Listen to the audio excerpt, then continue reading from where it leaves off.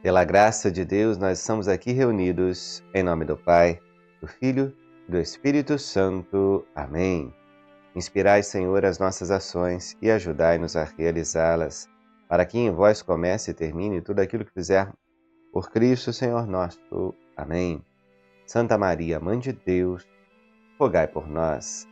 Vamos juntos, meus irmãos amados, refletir a palavra de Deus na liturgia de hoje, terça-feira, dia 1º de abril de 2025. Estamos na quarta semana da Quaresma. E a primeira leitura é retirada da profecia de Ezequiel, capítulo 47, versículos do 1 ao 9, depois versículo 12. Naqueles dias, o anjo fez-me voltar até a entrada do templo, e eis que saía água da sua parte subterrânea na direção leste, porque o templo estava voltado para o oriente. A água corria para o lado direito do templo, a sul do altar. Ele fez-me sair pela porta que dá para o norte e fez-me dar uma volta por fora, até a porta que dá para o leste, onde eu vi a água jorrando do lado direito. Quando o homem saiu na direção leste, tendo uma corda de medir na mão, mediu 500 metros e fez-me atravessar a água. Ela chegava-me aos tornozelos. Mediu outros 500 metros e fez-me atravessar a água. Ela chegava-me aos joelhos. Mediu mais 500 metros e fez-me atravessar a água. Ela chegava-me à cintura. Mediu mais 500 metros e era um rio que eu não podia atravessar, porque as águas haviam crescido tanto que se tornaram um rio impossível de atravessar, a não ser a nado. Ele me disse: Viste, filho do homem? Depois fez-me caminhar de volta pela margem do rio. Voltando, eu vi junto à margem muitas árvores, de um lado e de outro lado do rio. Então ele me disse: Estas águas correm para a região oriental, descem para o Vale do Jordão, desembocam nas águas salgadas do mar, e elas se tornarão saudáveis. Onde o rio chegar, todos os animais que ali se movem poderão viver. Haverá peixes em quantidade, pois ali desembocam as águas que trazem saúde, e haverá vida onde chegar o rio. Nas margens, junto ao rio, de ambos os lados, crescerá toda espécie de árvores frutíferas. Suas folhas não murcharão, e seus frutos jamais se acabarão. Cada mês darão novos frutos, pois as águas que banham as árvores saem do santuário. Seus frutos servirão de alimento, e suas folhas serão remédio. Palavra do Senhor. Graças a Deus. Que bela palavra, que bela profecia, meus irmãos amados. Essa imagem reconhecida pela tradição como a graça de Deus. Sim, porque jorra do templo, jorra da casa de Deus, jorra de onde Deus habita. Essa água viva que vai ter a sua plenitude em Cristo, que nós vamos entender melhor no Evangelho de hoje, e eu já dou um spoiler para vocês, mas a gente vai percebendo que toda a fonte da saúde, da vida, da fecundidade brota de Deus. À beira, às margens deste rio de água viva, quem está ali perto se nutre e frutifica. Por isso que a gente vê ali as árvores tão belas, as folhagens verdejantes à beira dos rios, os animais, todos nutridos. Isso é a imagem daqueles que são justos, que buscam permanecer na graça de Deus para serem alimentados por ela. Então, os justos vão frutificar, os justos permanecerão de pé na perseverança na fé. É bonito também a imagem dessa questão gradativa da graça de Deus. Ali, primeiro, o rio chegava aos pés, na canela, ia subindo para o joelho, depois pegando a cintura, quanto mais se aprofundava na graça, quanto mais se aprofundava nesse mistério da fonte de água que sai do templo, que sai de Deus, mais aquele homem ia se tornando submerso dessa graça. Sim, até chegar ao ponto de precisar passar a nado. Isso vem nos ensinar que o crescimento na graça, o crescimento da vida espiritual, ele é gradativo. Você começa, assim, às vezes numa fé mais rasa, tendo pouco contato com a graça de Deus, mas você vai se aprofundando, até mergulhar completamente na graça de Deus, até a sua vida ser submersa totalmente na sua graça, no seu amor. É neste ponto que nós queremos chegar. Vamos refletir também o Salmo de hoje, né? É o Salmo 45, em algumas traduções 46. E o refrão diz o seguinte: Conosco está o Senhor do universo. O nosso refúgio é o Deus de Jacó. O Senhor para nós é refúgio e vigor. Sempre pronto, mostrou-se um socorro na angústia. Assim, não tememos se a terra estremece, se os montes desabam, caindo nos mares. Os braços de um rio vêm trazer alegria, a cidade de Deus, a morada do Altíssimo. Quem a pode abalar? Deus está no seu meio. Já bem antes da aurora, ele vem ajudá-la. Conosco está o Senhor do universo. O nosso refúgio é o Deus de Jacó. Vinde ver, contemplai os prodígios de Deus e a obra estupenda que faz no universo. Olha que salmo belíssimo! E é bonito demais, meus amados. Por isso que eu sempre falo da importância de refletir a liturgia no seu conjunto, não só o Evangelho. Olha que bonito! O salmo vem confirmar essa água que jorra de Deus, essa fonte de água viva, que embora não se utilizasse ainda tanto ali, essa palavra com essa expressão, fonte de água viva, no Novo Testamento nós vemos isso. E a graça de Deus, ela sustenta um povo, ela o leva a caminhar além. O salmista nos convida a olhar os prodígios, as obras estupendas de Deus. Nós precisamos contemplar um pouco mais, sabe? Às vezes a gente fica olhando demais para a técnica, para a ciência, para algumas coisas que parecem ser obras dos homens, mas que, na verdade, tudo provém da inteligência que Deus dá, dos recursos que Deus dá, de toda a força e vigor que Deus fornece. Tudo brota de Deus. Mas sim, quando a gente olha para coisas que aparentemente a humanidade fez, a nossa visão fica um pouco obscurecida. Então é interessante a gente contemplar, sim, a natureza, olhar a criação e também que a gente possa purificar o nosso olhar para entender que tudo que o ser humano cria é obra de Deus e não dele. Ele coopera com a graça, mas a graça vem de Deus. É essa fonte de água viva que vai fecundando todas as nossas ações. Mas vamos ver aqui, no Evangelho, a plenitude do sentido disso tudo? É o Evangelho de Nosso Senhor Jesus Cristo segundo João, capítulo 5, versículos do 1 ao 16. Houve uma festa dos judeus e Jesus foi a Jerusalém. Existe em Jerusalém, perto da Porta das Ovelhas, uma piscina com 5 pórticos, chamada Betesda em hebraico. Muitos doentes ficavam ali deitados, cegos, coxos e paralíticos. De fato, um anjo descia de vez em quando e movimentava a água da piscina, e o primeiro doente que aí entrasse, depois do borbulhar da água, ficava curado de qualquer doença que tivesse.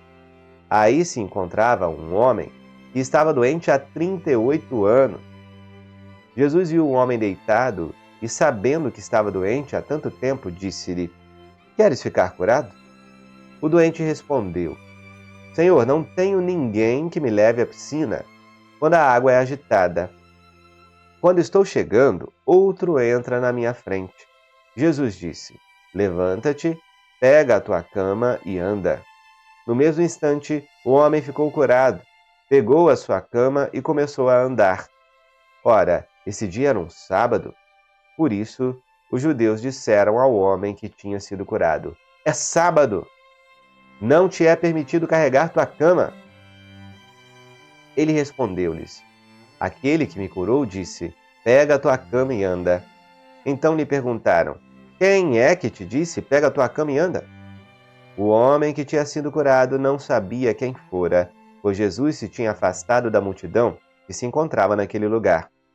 Mais tarde, Jesus encontrou o homem no templo e lhe disse: Eis que estás curado, não voltes a pecar, para que não te aconteça coisa pior.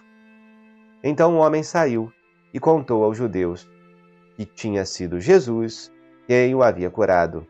Por isso, os judeus começaram a perseguir Jesus, porque fazia tais coisas em dia de sábado. Palavra da salvação. Glória a vós, Senhor. Olha, meus amados, são muitas imagens nesse evangelho. Refletindo junto com a tradição da igreja, nós percebemos que aquele homem paralítico que não conseguia andar estava ali paralisado em todos os sentidos. Ele representa a humanidade decaída depois da queda. Sim, por quê? Nós não conseguimos nos salvar por nossas próprias forças. Nós dependemos da graça de Deus. Entenda que depois da queda do pecado original, nenhum ser humano alcança a salvação por seus próprios esforços. É por meio de nosso Senhor Jesus Cristo. É claro que toda a caridade, toda a boa obra nos ajuda, mas essa caridade e essa boa obra, ela provém de Deus. E ela alcança mérito quando unida a Cristo. A caridade, a boa obra, todas as questões sociais são inúteis, desvinculadas de Cristo. E, na verdade, nem acontecem de maneira eficaz, nem acontecem de maneira sincera quando estão desvinculadas de Deus. Cristo vem nos salvar. Tanto que você percebe também que a cura que Cristo traz não é só física, ela é também espiritual. Veja que depois da cura, Jesus se encontra com esse homem e lhe diz: Vá em paz, não volte a pecar para que não te aconteça coisa pior.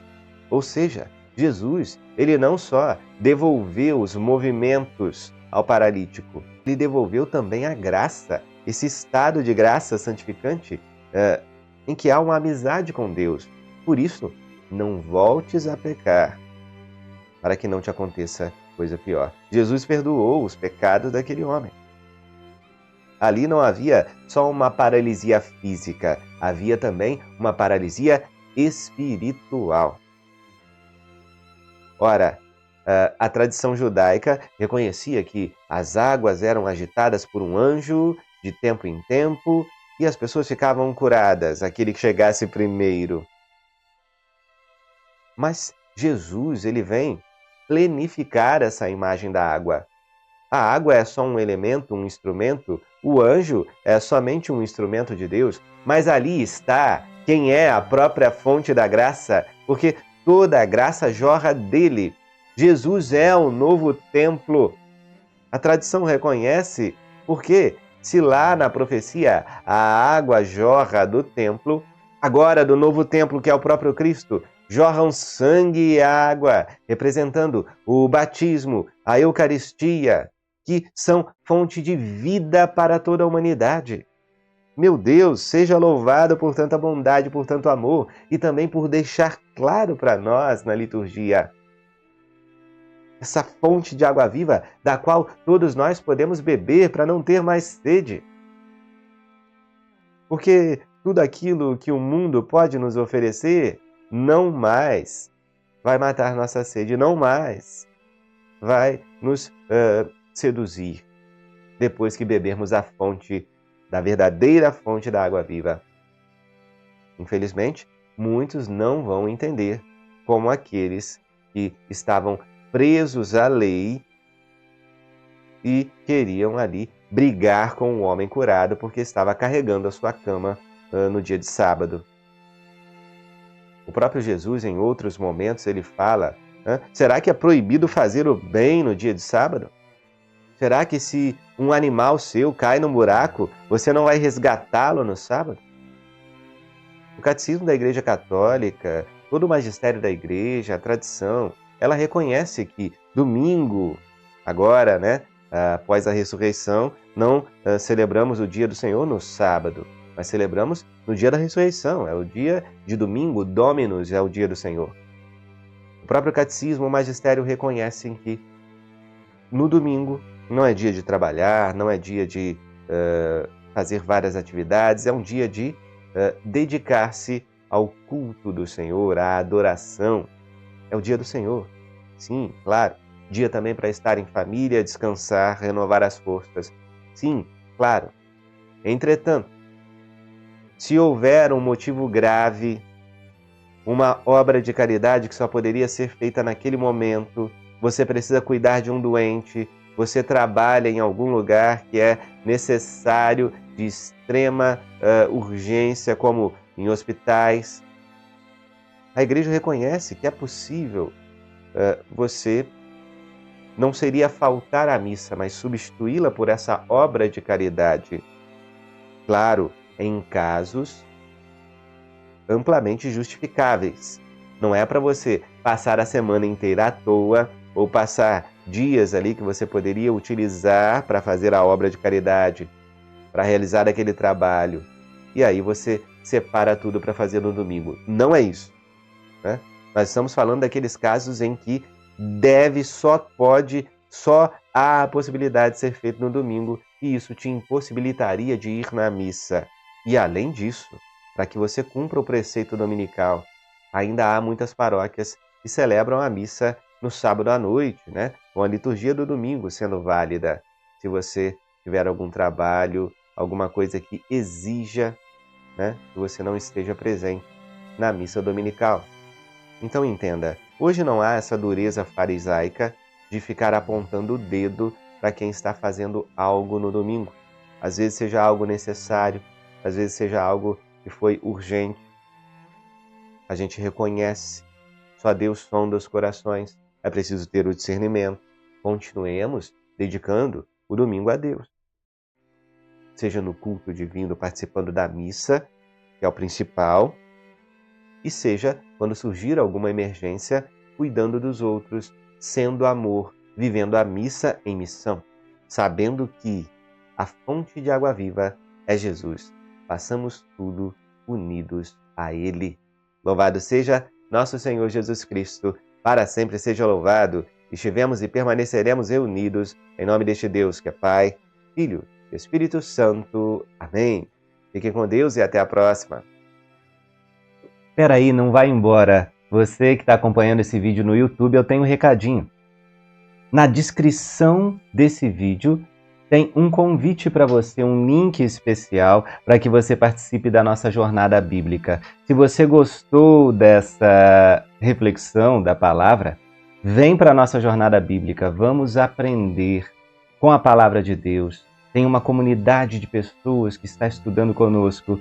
Descubra como entrar na nossa jornada bíblica. Você pode escanear esse QR Code, você pode clicar no link da descrição e participar conosco nessa jornada que vai mudar a sua vida. É um convite especial para você. E você que está acompanhando a liturgia dentro da jornada bíblica, aproveite todos os espaços, vá na comunidade, deixe o seu comentário abaixo desse vídeo e vamos cada vez mais movimentar este lugar de pessoas que querem amar mais a Deus. Um abraço para todos vocês. A gente se vê cada vez mais na jornada bíblica.